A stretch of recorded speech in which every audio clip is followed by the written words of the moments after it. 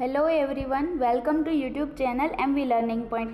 આજના વિડીયોમાં આપણે જોવાના છીએ કરંટ અફેર્સ અને એ પણ ગુજરાતીમાં. ઓકે, તો સૌથી પહેલાં જે મિત્રો ચેનલ ઉપર નવા હોય ચેનલને આ રીતે સબસ્ક્રાઈબ કરી બાજુમાં આ રીતે બેલ આઇકન પ્રેસ કરી દેવું, જેથી કરીને તમને આવનારા દરેક વિડીયોની માહિતી નોટિફિકેશનના માધ્યમથી મળતી રહેશે. ઓકે, તો સ્ટાર્ટ કરીશું આપણે આજના રિલેટેડ કરંટ અફેર્સના ક્વેશ્ચન. ઓકે, અથવા તો તમે અમારી કરંટ અડ્ડા નામની એપ્લિકેશન પણ પ્લે સ્ટોરમાંથી ડાઉનલોડ કરી શકો છો. ઓકે, નામ શું છે?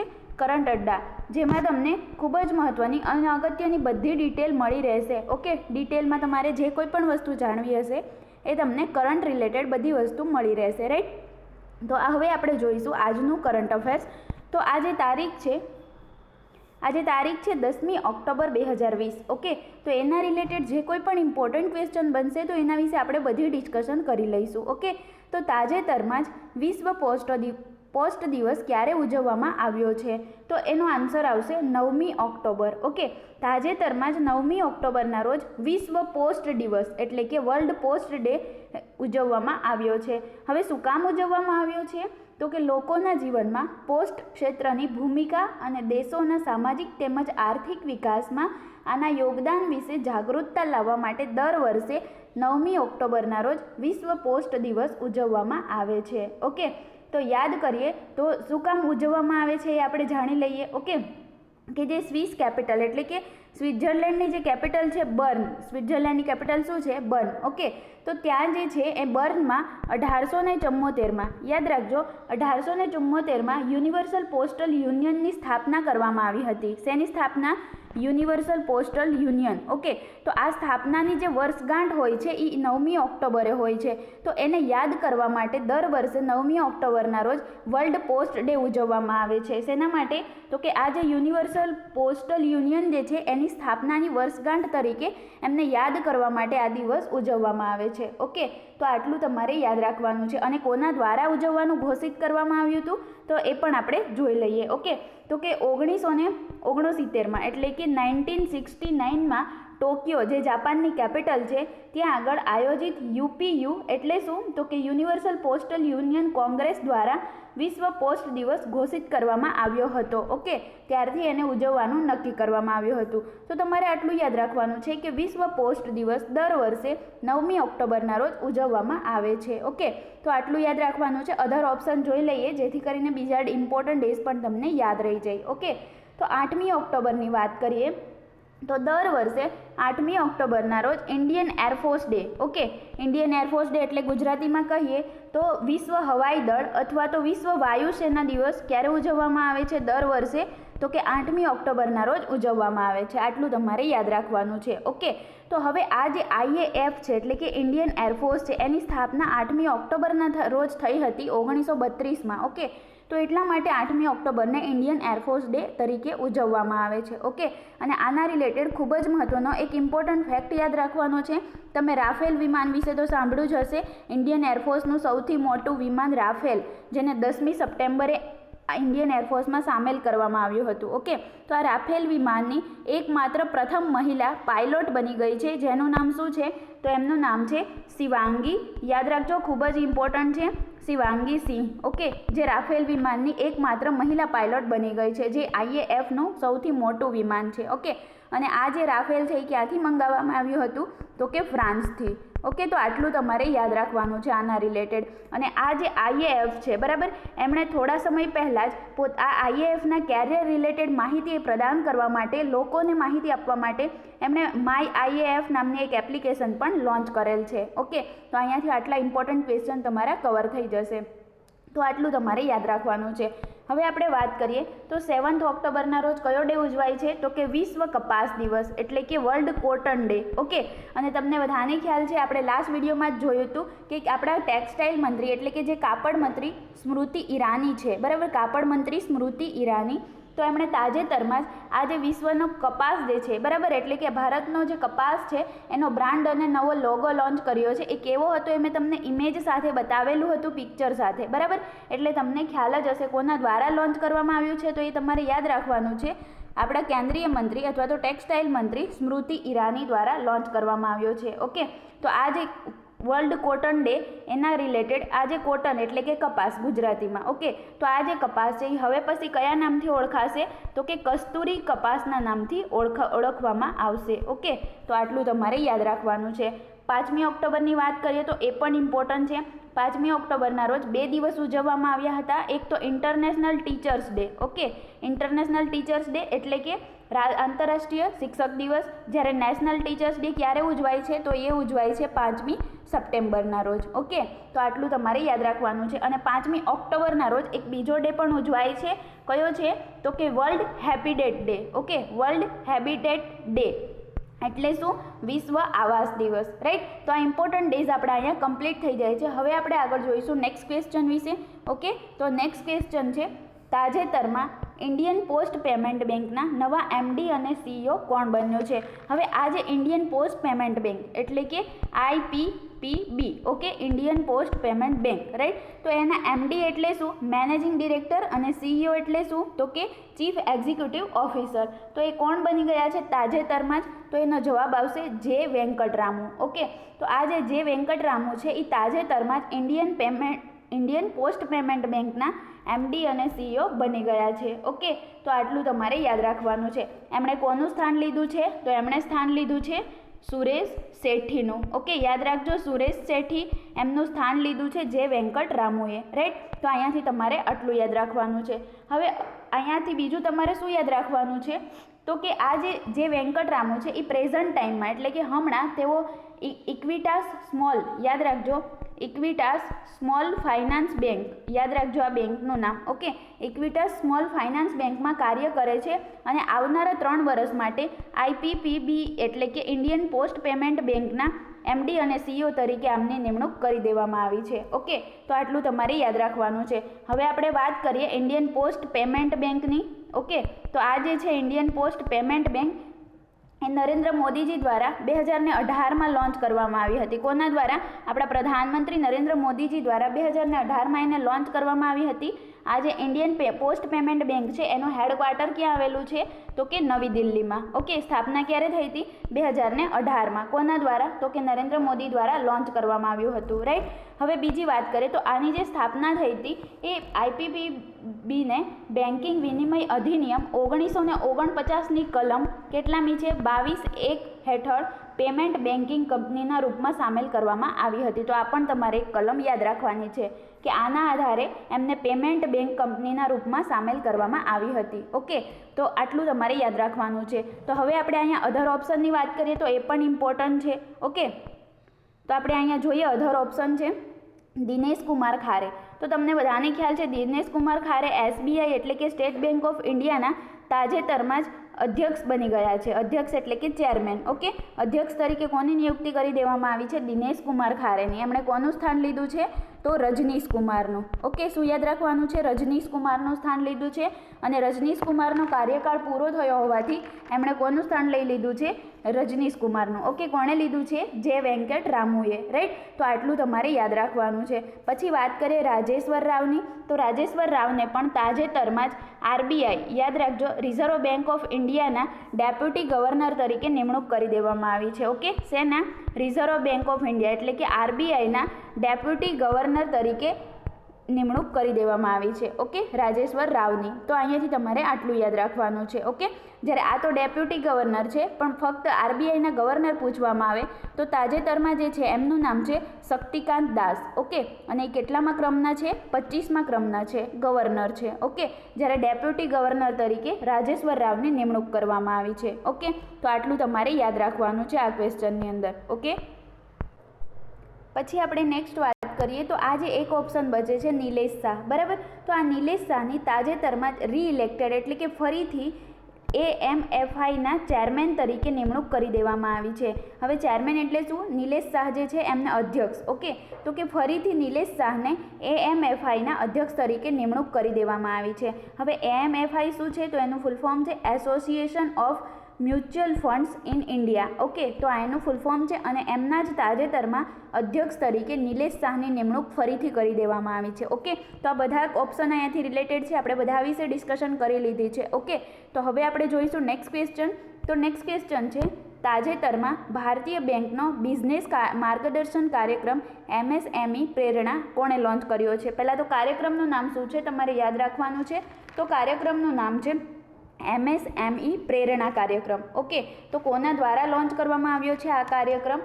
તો આ લોન્ચ કરવામાં આવ્યો છે નિર્મલા સીતારામન દ્વારા. નિર્મલા સીતારામન કોણ છે આપણા? તો કે પ્રેઝન્ટ ટાઈમના નાણામંત્રી છે. ઓકે, તો આટલું તમારે યાદ રાખવાનું છે. આપણા નાણામંત્રી નિર્મલા સીતારામન દ્વારા આ ઇન્ડિયન બેંક છે, બરાબર, એમનો જે બિઝનેસ માર્ગદર્શન કાર્યક્રમ છે MSME પ્રેરણા લોન્ચ કર્યો છે એમના માટે. શું કામ લોન્ચ કર્યો છે? તો કે આનો હેતુ શું છે એ પણ આપણે જોઈએ. તો કે કૌશલ્ય વિકાસ અને ક્ષમતા નિર્માણ વર્કશોપ દ્વારા જે ઉદ્યોગ સાહસિકો છે એમને સશક્ત બનાવવા માટે. ઓકે, જે ઉદ્યોગ સાહસિકો છે એમને સશક્ત બનાવવાનો હેતુ છે એમનો. ઓકે, એટલા માટે MSME પ્રેરણા કાર્યક્રમ લોન્ચ કરવામાં આવ્યો છે. હવે MSMEનું ફૂલ ફોર્મ શું છે તો એ પણ આપણે જોઈએ. શું છે એમનું ફૂલ ફોર્મ? તો કે એમનું ફૂલ ફોર્મ છે માઇક્રો, સ્મોલ, મીડિયમ અને એન્ટરપ્રાઇઝ. ઓકે, તો આ જે છે એનું ફૂલ ફોર્મ છે. તો આટલું તમારે યાદ રાખવાનું છે. નિર્મલા સીતારામન દ્વારા લોન્ચ કરવામાં આવ્યું છે. હવે વાત કરીએ ઇન્ડિયન બેંકની. તો આ ઇન્ડિયન બેંક સાથે બિઝનેસ માર્ગદર્શન કાર્યક્રમ લોન્ચ કર્યો છે નિર્મલા સીતારામને. ઓકે, તો નિર્મલા સીતારામનની વાત કરીએ તો એ આપણા નાણામંત્રી છે, રાઈટ. ઇન્ડિયન બેંકની વાત કરીએ તો ઇન્ડિયન બેંકે 1 એપ્રિલ, ઓકે, 1 એપ્રિલ યાદ રાખજો, 1 એપ્રિલ 2020ના દિવસે ઇન્ડિયન બેંક સાથે જે અલ્હાબાદ બેંક છે એમણે જોડાણ કર્યું છે. એટલે કે બંને બેંકો સાથે થઈ ગઈ છે. ઓકે, ઇન્ડિયન બેંકની વાત કરીએ તો પ્રેઝન્ટ ટાઈમના ઇન્ડિયન બેંકના MD અને CEO કોણ છે? તો એનું નામ છે પદ્મજા ચુંદ્રુ. ઓકે, તો આટલું તમારે યાદ રાખવાનું છે. અને ઇન્ડિયન બેંકની ટેગલાઇન તમારે યાદ રાખવાની છે. ઓકે, કોની? તો કે ઇન્ડિયન બેંકની. તો આ જે ઇન્ડિયન બેંક છે એની ટેગલાઇન છે યોર ઓવન બેંક. એટલે શું? કે તમારી પોતાની bank. Okay, your oven bank. તો આ એની ટેગલાઇન છે. તો આટલું તમારે યાદ રાખવાનું છે. અધર ઓપ્શનની વાત કરીએ તો નિર્મલા સીતારામન નાણામંત્રી છે. મમતા બેનર્જી કોણ છે? તો કે પશ્ચિમ બંગાળ એટલે કે વેસ્ટ બેંગોલના મુખ્યમંત્રી છે. ઓકે, તાજેતરમાં જ એમના દ્વારા પણ પથશ્રી અભિયાનની શરૂઆત કરવામાં આવી છે. શેના માટે? તો કે જે રોડ છે એટલે કે રસ્તાઓ છે એમના રિપેર માટે એમણે પથશ્રી અભિયાનની શરૂઆત કરી છે. કોણે? મમતા બેનર્જીએ, પશ્ચિમ બંગાળમાં. ઓકે, સ્મૃતિ ઈરાનીની વાત કરીએ તો આપણા કેન્દ્રીય મંત્રી એટલે કે ટેક્સટાઇલ મંત્રી, કાપડ મંત્રી ગુજરાતીમાં કહીએ તો, બરાબર. તો આ જે સ્મૃતિ ઈરાની છે એમના દ્વારા તાજેતરમાં જ જે કપાસ છે, ઓકે, તો એના માટેની બ્રાન્ડ એટલે કે લોગો અને બ્રાન્ડ લોન્ચ કરવામાં આવ્યું છે કપાસ માટે. કે હવે પછી જે ભારતનો કપાસ છે એ કસ્તુરી કપાસ તરીકે ઓળખાશે. કયા કપાસ તરીકે ઓળખાશે? કસ્તુરી કપાસ તરીકે ઓળખાશે. ઓકે, તો આટલું તમારે યાદ રાખવાનું છે. તો એનો મેં લોગો તમને કાલે બતાવ્યો હતો ઇમેજની અંદર. ઓકે, તો આટલું તમારે યાદ રાખવાનું છે. નેક્સ્ટ આપણે વાત કરીએ કિરણ રિજિજુ. તો એ કોણ છે? આપણા પ્રેઝન્ટ ટાઈમના ખેલ મંત્રી છે. અને થોડા સમય પહેલાં જ એમના દ્વારા એક એન્જોગો નામની મોબાઈલ એપ્લિકેશન લોન્ચ કરવામાં આવી હતી. આ એન્જોગો શું છે? તો કે એક ફૂટબોલના પ્રશિક્ષણ માટે તાલીમ આપવા માટેની એક એપ્લિકેશન છે કે જે લોકો ફૂટબોલ રમે છે એટલે કે ફૂટબોલર છે તો એ લોકોને આ એપ્લિકેશનમાંથી ફૂટબોલમાં વિશેની માહિતી મળી રહેશે. એટલા માટે ખેલમંત્રી કિરણ રિજિજુએ એન્જોગો મોબાઈલ એપ્લિકેશન લોન્ચ કરી છે. ઓકે, તો આપણો જવાબ શું આવશે? આજનો MSME પ્રેરણા કાર્યક્રમ ઇન્ડિયન બેંક સાથે કોણે લોન્ચ કર્યો છે? નિર્મલા સીતારામને. ઓકે, જે આપણા નાણામંત્રી છે. તો આટલું તમારે યાદ રાખવાનું છે. નેક્સ્ટ આપણે જોઈએ ભારતનું સૌથી મોટું એરપોર્ટ ક્યાં બનશે? તો એ બનશે ઉત્તર પ્રદેશના નોઈડામાં. ક્યાં બનશે? ઉત્તર પ્રદેશના નોઈડામાં. ઓકે, તો આ નોઈડા ખૂબ જ ઇમ્પોર્ટન્ટ ફેક્ટ છે, તમારે યાદ રાખવાનું છે. નોઈડા ક્યાં આવેલું છે? ઉત્તર પ્રદેશમાં. ઓકે, તો આટલું તમારે યાદ રાખવાનું છે. અને યાદ રાખજો ભારતનું સૌથી મોટું એરપોર્ટ કહેવામાં આવે છે, બરાબર. એની બનાવવાની ઘોષણા તો બહુ પહેલાં થઈ ગઈ હતી, પરંતુ એને હમણાં બનાવવાનું ચાલુ કરવામાં આવ્યું છે. ભારતની સાથે જ એશિયાનું પણ સૌથી મોટું એરપોર્ટ ગણવામાં આવશે. એટલે કે એશિયા ખંડ છે તો એનું પણ સૌથી મોટું એરપોર્ટ ક્યાં બનવાનું છે? નોઈડામાં. અને આ જ એરપોર્ટ, ઓકે, તો આટલું તમારે યાદ રાખવાનું છે. તો આ એરપોર્ટનું નામ શું આપવામાં આવશે? તો આ જે સૌથી મોટું એશિયા અને ભારતનું એરપોર્ટ બની જશે એનું નામ આપવામાં આવશે. શું નામ આપવામાં આવશે? તો કે ઝેવર ઇન્ટરનેશનલ એરપોર્ટ. શું નામ આપવામાં આવશે? ઝેવર ઇન્ટરનેશનલ એરપોર્ટ. તો અહીંયાથી તમારે આટલું યાદ રાખવાનું છે. ઓકે, અને નોઈડા વિશે વાત કરીએ તો આ જે એરપોર્ટ છે, બરાબર, અત્યારે જે બનાવવાનું છે એ 29,500 કરોડના ખર્ચે બનાવવામાં આવશે. ઓકે, અને આ એરપોર્ટ પૂરી રીતે ડિજિટલ પણ હશે. તો આટલું તમારે યાદ રાખવાનું છે. બીજી વાત કરીએ તો 2018માં યાદ રાખજો 2018માં નોઈડાના સેક્ટર 81, ઓકે, નોઈડાના સેક્ટર 81માં વિશ્વનો સૌથી મોટો, વિશ્વની વાત કરું છું, બરાબર, વિશ્વનો સૌથી મોટો સેમસંગ કંપની, ઓકે, જે સેમસંગ કંપની તમને બધાને ખ્યાલ છે, તો વિશ્વની સૌથી મોટી જે સેમસંગ કંપની છે એનું કારખાનું ક્યાં ખોલવામાં આવ્યું છે? નોઈડાની અંદર. ક્યારે? તો કે 2018માં, ઓકે. તો આટલું તમારે યાદ રાખવાનું છે. ઉત્તર પ્રદેશની વાત કરી લઈએ. નોઈડા એ ઉત્તર પ્રદેશમાં છે, તો Uttar Pradesh related important fact જાણી લઈએ. તો ઉત્તર પ્રદેશની રાજધાની શું છે? લખનઉ, ઓકે. અને આ જ લખનઉ કઈ નદીના કિનારે વસેલું છે? તો કે ગોમતી નદીના કિનારે, ઓકે. અને લખનઉની વાત કરીએ તો લખનઉમાં જે ચારબાગ રેલવે સ્ટેશન છે, બરાબર, તો આ રેલવે સ્ટેશનમાં થોડા સમય પહેલાં જ માસ એટીએમનું પણ ઉદ્ઘાટન કરવામાં આવ્યું હતું, ઓકે. તો આટલું તમારે યાદ રાખવાનું છે. હવે આપણે જોઈએ, બીજું જાણીએ તો ઉત્તર પ્રદેશ જે છે ત્યાંના મુખ્યમંત્રીનું નામ શું છે? યોગી આદિત્યનાથ. રાજ્યપાલ કોણ છે? આનંદીબેન પટેલ. અને આ જ આનંદીબેન પટેલ મધ્યપ્રદેશનો વધારાનો એડિશનલ ચાર્જ, ઓકે, વધારાનો એટલે કે એડિશનલ ચાર્જ પણ રાજ્યપાલ તરીકેનો સંભાળી રહ્યા છે. કોણ? તો કે આનંદીબેન પટેલ, ઓકે. તો નોઈડા રિલેટેડ તમારે આટલું યાદ રાખવાનું છે. તો હવે આપણે જોઈશું નેક્સ્ટ ક્વેશ્ચન કે તાજેતરમાં દેશની પ્રથમ મહિલા ટ્રાન્સજેન્ડર પ્રિઝાઇડિંગ અધિકારી કોણ બન્યું છે? તો એનો જવાબ આવશે મોનિકા દાસ, ઓકે. મહિલા ટ્રાન્સજેન્ડર, યાદ રાખજો, મહિલા ટ્રાન્સજેન્ડર પ્રિઝાઇડિંગ અધિકારી કોણ બન્યું છે? તો કે મોનિકા દાસ. હવે તમને આના વિશે થોડી ડિટેલમાં આપણે જોઈ લઈએ. જે બિહારમાં ચૂંટણી થવાની છે, આપણે પહેલાં પણ વાત કરી છે કે આ કોરોના મહામારી દરમિયાન વિશ્વની સૌથી મોટી ચૂંટણી ક્યાં થવાની છે? તો કે ભારતના બિહાર રાજ્યની અંદર, કે જ્યાં આગળ કોરોના પેશન્ટ એટલે કે કોરોના દર્દી પણ વોટ આપી શકશે, ઓકે. તો આ જે બિહારમાં ચૂંટણી થવાની છે, ઓકે, તો જેના કારણે મોનિકા દાસ જે એક ટ્રાન્સજેન્ડર મહિલા છે, તો એમની નિમણૂક કરી દેવામાં આવી છે પ્રિઝાઇડિંગ અધિકારી તરીકે. હવે આપણે જાણી લઈએ કે આ પ્રિઝાઇડિંગ અધિકારી એટલે શું, એટલે કે પ્રિઝાઇડિંગ ઓફિસર એટલે શું, ઓકે. તો ચૂંટણીમાં એમની ખૂબ જ મહત્ત્વની ભૂમિકા હોય છે.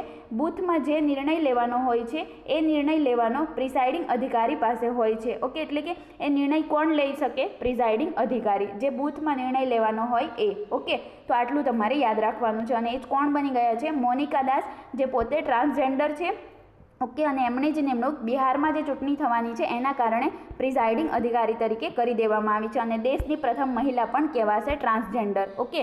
આ શબ્દ અહીંયા યાદ રાખવાનો છે. હવે અહીંયા પ્રથમ મહિલાની વાત થાય છે દેશની, તો બીજા ઓપ્શન જોઈ લઈએ, ઓકે. તો આ જે નુપુલ કુલશ્રેષ્ઠ છે એમની તાજેતરમાં જ આઈસીજી એટલે કે ઇન્ડિયન કોસ્ટ ગાર્ડ, ઓકે, એમના પ્રથમ મહિલા ડીઆઈજી તરીકે નિમણૂક કરી દેવામાં આવી છે, ઓકે. તો આટલું તમારે યાદ રાખવાનું છે.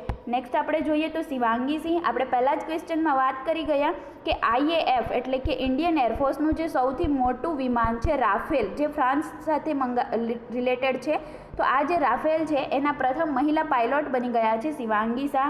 સંગીતા રેડ્ડીની વાત કરીએ તો સંગીતા રેડ્ડી ડિસેમ્બર, યાદ રાખજો, ડિસેમ્બર 2019માં ફિક્કીના પ્રથમ મહિલા અધ્યક્ષ બની ગયા છે, બરાબર. શેના? તો કે ફિક્કીના. હવે આ ફિક્કીનું ફૂલ ફોર્મ શું છે? તો એ પણ તમે નોટ કરી શકો છો. ફિક્કીનું ફૂલ ફોર્મ છે federation of India chamber of commerce and industry, okay. તો આ એનું ફૂલ ફોર્મ છે. અને એમના જ અધ્યક્ષ તરીકે પ્રથમ મહિલા સંગીતા રેડ્ડી બની ગયા છે, રાઈટ. તો આટલું તમારે યાદ રાખવાનું છે. આ ક્વેશ્ચનમાં આપણો જવાબ શું છે? પ્રથમ મહિલા ટ્રાન્સજેન્ડર પ્રિઝાઇડિંગ અધિકારી કોણ બની ગયું છે દેશની પ્રથમ મહિલા? તો કે મોનિકા દાસ, ઓકે. તો આટલું તમારે યાદ રાખવાનું છે. હવે આપણે જોઈએ નેક્સ્ટ ક્વેશ્ચન.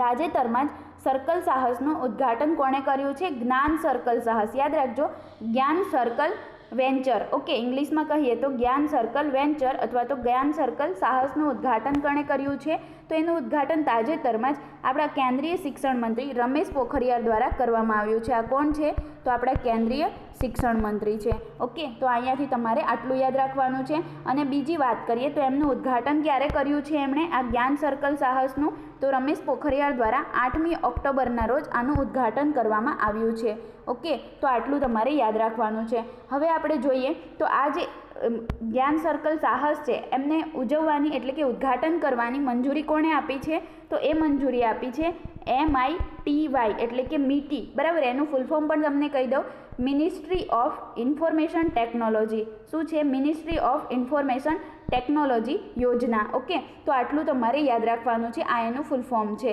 રાઈટ. અને આ માહિતી ટેકનોલોજી મંત્રાલય દ્વારા સહયોગને મંજૂરી આપવામાં આવી છે જ્ઞાન સર્કલ સાહસને, ઓકે. કોના દ્વારા?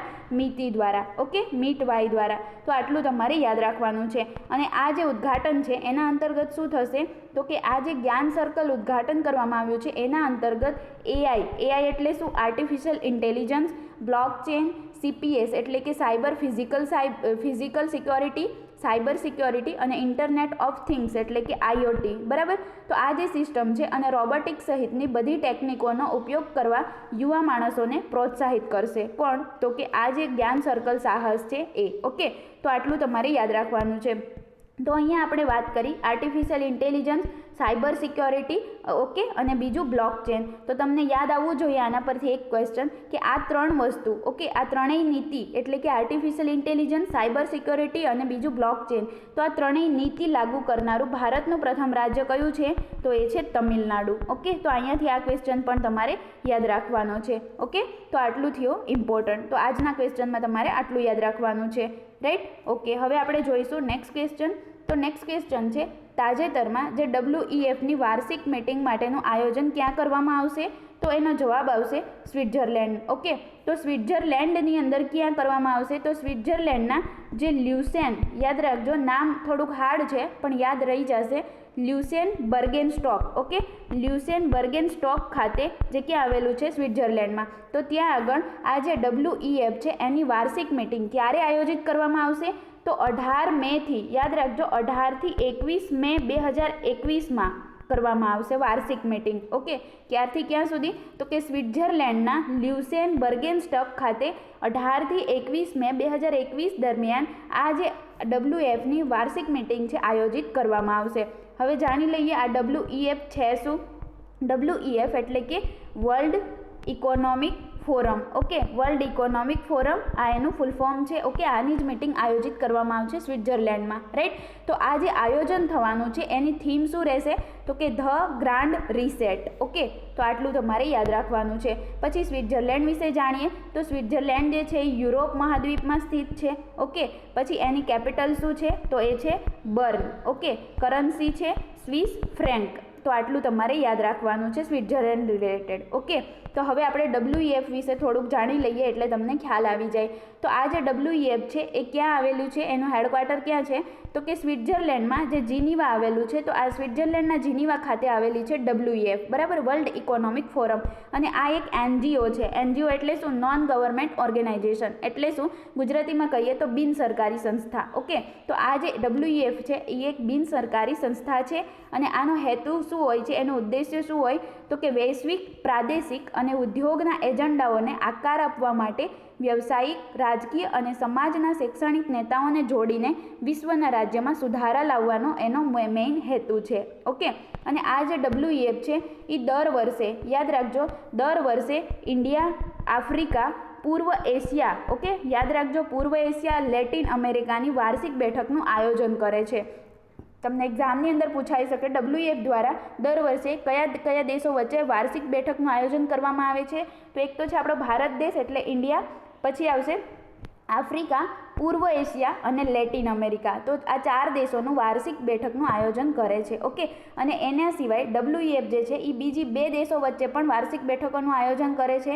તો એ 2 દેશ કયા કયા છે? તો એક તો છે ચીન અને બીજું છે UAE એટલે કે યુનાઇટેડ અરબ એમિરાત, બરાબર. તો આટલું તમારે યાદ રાખવાનું છે. તો આટલી મીટિંગ જે છે વાર્ષિક મીટિંગ એ કોણ આયોજિત કરે છે? WEF, right. તો આજનો આપણો જવાબ શું છે? આજે એની વાર્ષિક મીટિંગ છે એ સ્વિટ્ઝરલેન્ડમાં આયોજિત થવાની છે. ઓકે, અને એની થીમ શું રહેશે? તો કે ધ ગ્રેટ રીસેટ. તો આટલું તમારે યાદ રાખવાનું છે. આયોજન ક્યારે થશે?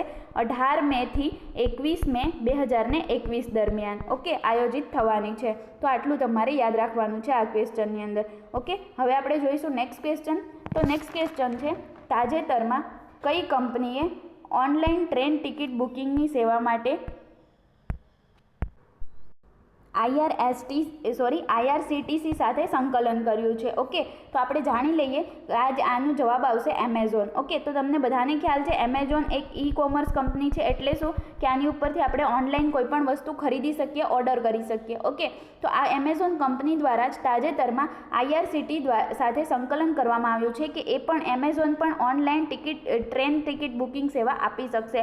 ઓલરેડી બસ અને ફ્લાઇટની તો આપતી જ ટિકિટ બુકિંગ માટેની સેવા. ઓકે, પરંતુ પરંતુ તાજેતરમાં જ એમણે ટ્રેન માટેની પરમિશન પણ લઈ લીધી છે કે એ IRCTC સાથે સંકલન કરી અને ટ્રેન ટિકિટ બુકિંગની સેવા પણ શરૂ કરશે એમેઝોન. ઓકે, તો આટલું તમારે યાદ રાખવાનું છે. અને એમેઝોન જે છે એ પોતાના ગ્રાહકોને એમેઝોન પર ટ્રેન ટિકિટ બુક કરવાની સુવિધા આપવા માટે એમણે IRCTC સાથે સંકલન કર્યું છે. તો હવે આપણે જાણી લઈએ IRCTCનું ફૂલ ફોર્મ શું છે. તો ઇન્ડિયન રેલવે, યાદ રાખજો IRCTCનું ફૂલ ફોર્મ છે Indian railway catering and tourism corporation. Okay, આ એનું ફૂલ ફોર્મ છે, તમારે યાદ રાખવાનું છે.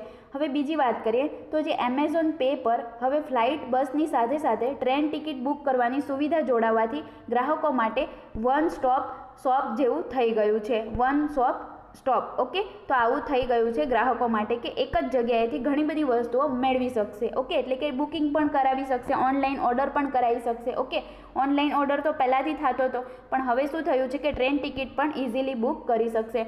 અને આ દરમિયાન એમણે શું નક્કી કર્યું છે કે એમેઝોન દ્વારા જે પ્રથમ ટ્રેન ટિકિટ બુકિંગ કરવામાં આવશે તો એમને 10% અને પ્રાઇમ મેમ્બરશિપ ઇન બુકિંગ માટે 12% કેશબેક મળશે. ઓકે, પહેલી ટ્રેન ટિકિટ બુકિંગ માટે આટલા ટકા કેશબેક મળી શકશે. ઓકે, તો આટલું તમારે યાદ રાખવાનું છે.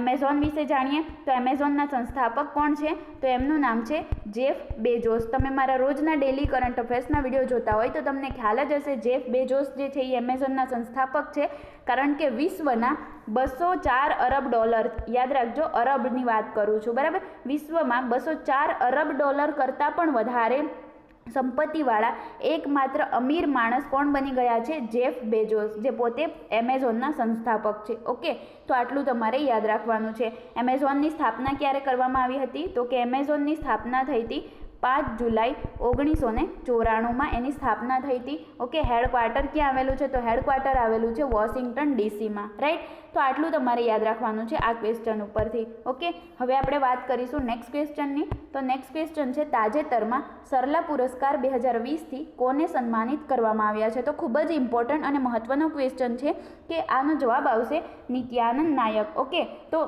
આ જે નિત્યાનંદ નાયક છે એ એક ઓડિયા કવિ છે. ઓકે, ઓડિયા શું છે? તો એક ઓરિસ્સાની ભાષા છે. આપણે કેમ ગુજરાત છે તો ગુજરાતી ભાષા છે, એવી રીતે ઓરિસ્સા છે તો ઓડિયા ભાષા છે, બરાબર. તો આ જે નિત્યાનંદ નાયક છે એ એક ઓડિયા કવિ છે. ઓકે, તો તાજેતરમાં જ એમને, એટલે કે એમણે એમના દ્વારા જે 2017માં, યાદ રાખજો 2017માં એક પ્રકાશિત એમની કવિતાનું નામ છે સેટ બેલાકુ નથીબા. ઓકે, શું નામ છે એમની કવિતાનું? તો કે સેટ બેલાકુ નથીબા. અહીંયા નોટ્સ કરું છું એટલે તમે લખી શકો. ઓકે, સેટ બેલાકુ નથીબા. તો આ જે કાવ્ય રચના હતી એમના માટે સરલા પુરસ્કારથી નિત્યાનંદ નાયકને તાજેતરમાં સન્માનિત કરવામાં આવશે એવી ઘોષણા કરવામાં આવી છે. તો આ સરલા પુરસ્કાર કોઈકે નહીં પણ સાંભળ્યું હોય તો એના વિશે આપણે જાણી લઈએ કે સરલા પુરસ્કાર જે છે એની અંદર 5 લાખ રૂપિયા આપવામાં આવે છે. ઓકે, અને એની સાથે સાથે સર્ટિફિકેટ એટલે કે પ્રમાણપત્ર આપવામાં આવે છે આ પુરસ્કારની અંદર. ઓકે, તો આટલું યાદ રાખવાનું છે. અને બીજી વાત કરીએ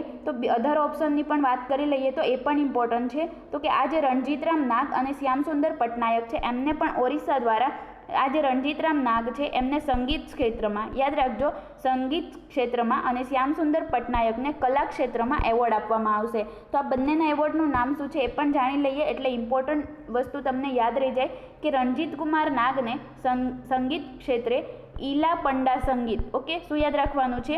ઈલા પંડા સંગીત નામના એવોર્ડથી સન્માનિત કરવામાં આવશે. ઓકે, જ્યારે શ્યામસુંદર પટનાયક છે એમને ઈલા પંડા ચિત્રકલા. શું કામ ચિત્રકલા? કારણ કે એમને કલા ક્ષેત્રે મળે છે એટલા માટે ચિત્રકલા, ઈલા પંડા ચિત્રકલા નામના એવોર્ડથી સન્માનિત કરવામાં આવશે. ઓકે, અને આ જે ઈલા પંડા સંગીત અને આ જે ઈલા પંડા શબ્દ આવે છે, ઓકે, તો આની અંદર આ જે એવોર્ડ મળશે તો એ એવોર્ડની અંદર શું આપવામાં આવશે? તો કે આ એવોર્ડની અંદર, યાદ રાખજો, આ એવોર્ડમાં 1,50,000, ઓકે, 1,50,000 રૂપિયા એની સાથે એક સર્ટિફિકેટ એટલે કે પ્રમાણપત્ર આપવામાં આવશે આની અંદર. ઓકે, પુરસ્કારનું નામ શું છે? ઈલા પંડા. ઓકે, જો સંગીત ક્ષેત્ર હોય તો ઈલા પંડા સંગીત, અને જો ચિત્રકલા હોય તો ઈલા પંડા ચિત્રકલા. તો આ બંનેને તમારે યાદ રાખવાનું છે.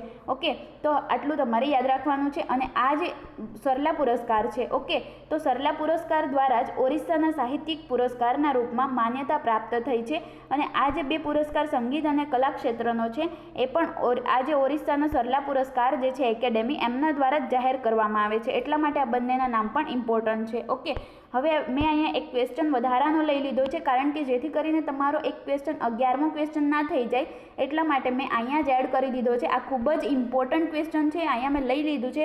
એના વિશે થોડું આપણે વધારે જોઈશું, એટલે તમને એના વિશે ખ્યાલ આવી જશે. ઓકે, એને તમારે અલગથી ક્વેશ્ચન છે એવી રીતે કવર કરવાનું છે, કારણ કે ખૂબ જ ઇમ્પોર્ટન્ટ છે. તમને બધાને ખ્યાલ છે ઓક્ટોબર મહિનો ચાલી રહ્યો છે, તો એની અંદર નોબેલ પુરસ્કારની ઘોષણા થઈ રહી છે. બરાબર, આપણે કેટલાક નોબેલ પુરસ્કાર જોઈ ગયા છે જે મહત્ત્વના હતા, અને આ પણ એક ખૂબ જ મહત્ત્વનો છે, લુઈસ ગ્લુક. ઓકે, તો આ લુઈસ ગ્લુક કોણ છે?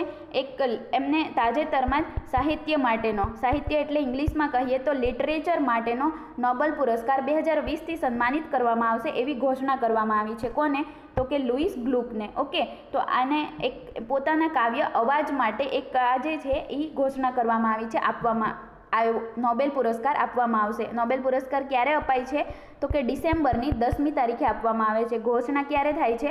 તો કે ઓક્ટોબરમાં. ઓકે, તો આટલું તમારે યાદ રાખવાનું છે. આપણે નોબેલ પુરસ્કાર માટેનો એક અલગથી વિડીયો બનાવી દઈશું, જેથી કરીને તમને જેટલા પણ નોબેલ પુરસ્કાર મેળવનાર છે એમના વિશે યાદ રહી જાય. ઓકે, તો આ લુઈસ ગ્લુકને શેના માટેનો મળે છે? તો કે સાહિત્ય ક્ષેત્રનો નોબેલ પુરસ્કાર મળશે એવી ઘોષણા કરવામાં આવી છે. ઓકે, તો હવે આપણે થોડીક સરલા પુરસ્કાર વિશે વાતો કરીએ. એની પહેલાં લુઈસ ગ્લુક વિશે થોડું જાણી લઈએ કે આ લુઈસ ગ્લુક કોણ છે. તો એક અમેરિકી કવિ છે. ક્યાંના છે? અમેરિકાના છે, અને કવિ છે. ઓકે, લેડી છે, યાદ રાખજો, લુઈસ ગ્લુક. ઓકે, અથવા તો તમે નેટ પર સર્ચ કરીને જોઈ શકો છો એમને, રાઈટ. અને સાહિત્ય ક્ષેત્રનો નોબેલ પુરસ્કાર આપવામાં આવે છે. એની સાથે જ લુઈસ ગ્લુકને 2014માં રાષ્ટ્રીય પુસ્તક પુરસ્કાર તેમજ 1993માં પુલિત્ઝર પુરસ્કારથી પણ સન્માનિત કરવામાં આવ્યા હતા. ઓકે, અને એમની કવિતા માટે એમને આ પુરસ્કાર આપવામાં આવશે, નોબેલ પુરસ્કાર. ઓકે, એમની કવિતાનું નામ શું છે? આવાઝ. ઓકે, તો આટલું તમારે યાદ રાખવાનું છે. હવે આ નોબેલ પ્રાઇઝ જે છે એ કોના દ્વારા આપવામાં આવે છે? તમને ખ્યાલ જ છે, આપણે આગળ પણ વાત કરેલી છે.